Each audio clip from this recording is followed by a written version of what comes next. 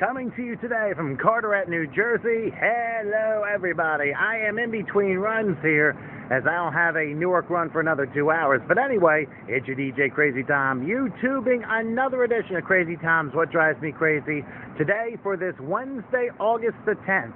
And I found something right away this morning that I really needed to talk about. Yesterday, I do apologize for not putting out a video for What Drives Me Crazy. However, I'm hoping maybe to catch up with an extra video over the weekend, but we shall see. Before I get started, a couple of things of note for everybody. First of all, we need to send condolences to a couple people locally from my former high school, including also a sportscaster. The two people I want to mention high school-wise, William Demi, whom I believe graduated a year before I did. He suddenly passed away at the age of 45. I believe it was Monday night, so obviously our thoughts and prayers to him and his family and to all his friends. Also, to David Lovelace, who was a biology teacher at my former high school, Hamilton High West. I understand he passed away from complications of ALS, and I think it was at the age of 70. So again, condolences to the Lovelace family. And from a sportscaster perspective, our condolences to ESPN's John Saunders, who passed away this morning at the age of 61. Let's just say heaven got a lot louder because now John can join Stuart Scott with a lot of heaven highlights on SportsCenter.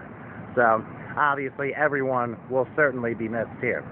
Anyway, to the What Drives Me Crazy focus here, and we're going to stay on the sports binge here.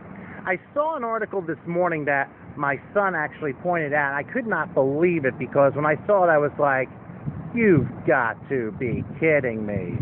Well, believe it or not, it just might happen, and I think God will really need to send this guy probably in a better direction, because it just seems now this thing is starting to become a lot more about publicity than it is for righteousness.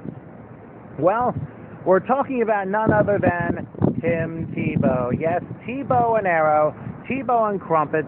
Coffee is not my cup of Tebow. Whatever you want to call it, that's Tim.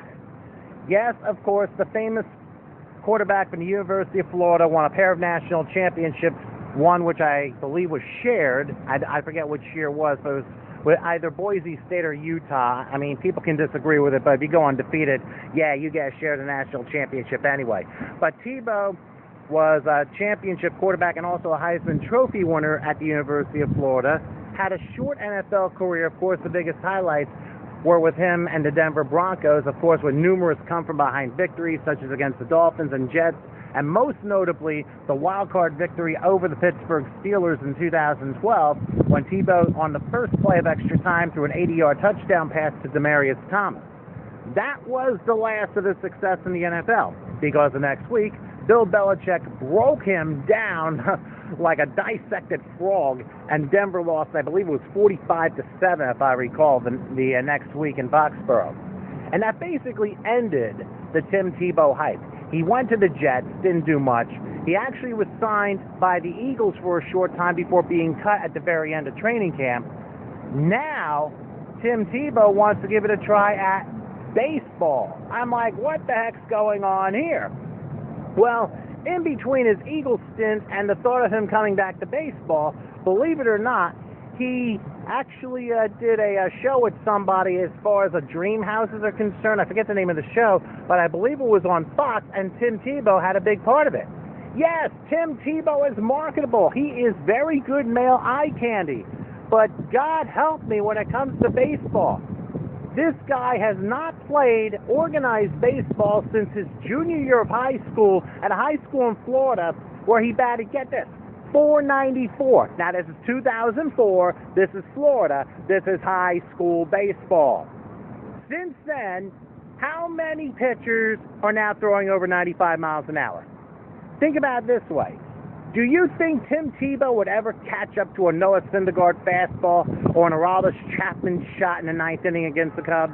I do not think so. That is, of course, unless you're playing for the Mets or the Cubs, respectively. But I'll be quite honest with you. It has gotten to the point where it's getting absolutely ridiculous.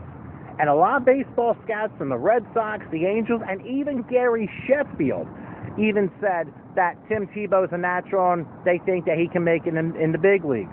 Hey, guys, please, is this a slow news day or something? Is it the fact that the NFL embarrassed themselves over the weekend and now all the sports networks are being forced to talk about baseball just so the NFL can get the egg off of its face from this past weekend? Come on. That's not how you do it. Yes, I know we have a little bit of a pennant race going on in baseball, but why do we need to talk about Tim Tebow? I've said this to many people over the last couple of years. After professional sports, Tim Tebow, I swear to you, should be an ordained minister. Yes, there is nothing wrong with him professing his faith in Jesus Christ. That's all well and good. I have no problem with that at all. And even when you express it on national television, I know some people make a huge deal out of it, but guess what? You are who you are, and people shouldn't dictate what your life should be. I really think Tim Tebow would probably be a better ordained minister than the likes of a Jerry Falwell, or a Pat Robertson, or a Jim Baker, or a Jimmy Swaggart, or even modern-day Joyce Myers and Joel Osteen. Tim Tebow, I think, can be better than that. Because trust me when I say, Tim Tebow has a major leg up on the rest of them because there's no J in any of those letters. Because it just seems like Pat Robertson, we know, is a quack, but think about it. Jimmy Swaggart, Jim Baker, Jerry Falwell, Joel Osteen, Joyce Myers. Everything begins with J, it seems, in the ministry. But unfortunately with them, it also means Lear jets, flying from place to place, and basically being the complete opposite to the gospel verse, no person can serve two masters, you cannot worship both God and money. NBC still hasn't gotten the gist, because for 26 years they've been broadcasting Notre Dame football, the home games on NBC. How come Notre Dame gets away with doing both when you can't worship both God and money? No wonder they haven't won a national championship since, 1988, 89, something like that. Then NBC gets in, completely disassociates the Bible, and brings money in, and guess what? Notre Dame still hasn't won a championship. Go Pig. Anyway, back to Tebow for a second. I mean, Tebow can try for baseball, but think about this. The last major star who tried it in baseball, Michael Jordan. Remember him? Remember he tried out for the minor league White Sox, and that didn't quite work, so he ended up going back to Chicago and playing for the Bulls after a near 2-year absence. He went from his number 23 to number 45, and then changed back to 23 without the NBA's permission and got heavily fined for it. Well, Tim Tebow is probably better off in ministering positive stuff, because we absolutely need that these days. I personally do not think he's going to do well with baseball. We know Michael Jordan failed. Hey, of course, in my generation, we had two major players that were good in both sports, Bo Jackson and Deion Sanders. Those two did phenomenal for a short amount of time, being multi-sport stars. I mean, how can you forget Deion Sanders robbing somebody of a home run in the early 1990s at Fulton County Stadium, where he was able to leap and reach his glove over the wall to take away a home run from some guy.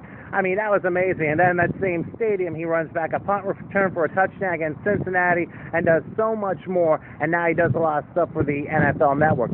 Bo Jackson, whatever happened to him? I mean, he hit 3 homers in the game at Yankee Stadium, hurts himself, and he doesn't become the same player again. But he had a great run. But then, of course, we remember him for his 90-yard touchdown run on Monday Night Football, which I think he has circled the earth about 4 or 5 times since that run when he ended up going into the locker room, and I don't think we heard from him after that. But anyway, as far as Tim Tebow goes, Tim, I think, is a wise man. He does some good things. I know he's probably got a family now, and a lot of it is based on his faith.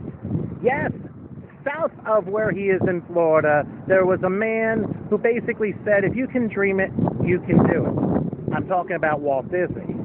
Now think about it this way, folks. Tim could pretty much do it, and he could prove everybody wrong. But I think him being successful in baseball is a bit of a reach, and for the networks to make a big deal about him coming back into the limelight, I think it's more propaganda than anything else. We'll see what happens as time goes on. Can the Phillies use him? I think so. You know why? He'll probably strike out more than Ryan Howard does before he hits a home run. But it goes without saying. I just thought I'd throw that bad joke in. But they did say that Tebow's going to try for all 30 major league teams, which I think will be very interesting to see. But The bottom line is, hey, best of luck, Tim, but unfortunately you might be better at archery because your Tebow and arrow might stick to that. But then again, in my opinion, if you're an ordained minister somewhere down the road, remember, you'll have a longer career with that than you will when it comes to professional sports. Well, that's my story on what drives me crazy today. Remember, you can reach me, of course, on Facebook, facebook.com/crazytom. On Twitter, I'm at CrazyTomShow. Or you can send me an email, djkrayztom@comcast.net. That's it for now. It's your DJ Crazy Tom signing off for now. I'm heading off to get some dinner before my next run. Thanks for watching, everybody. Remember, keep yourself crazy, because why would you want to be normal anyway?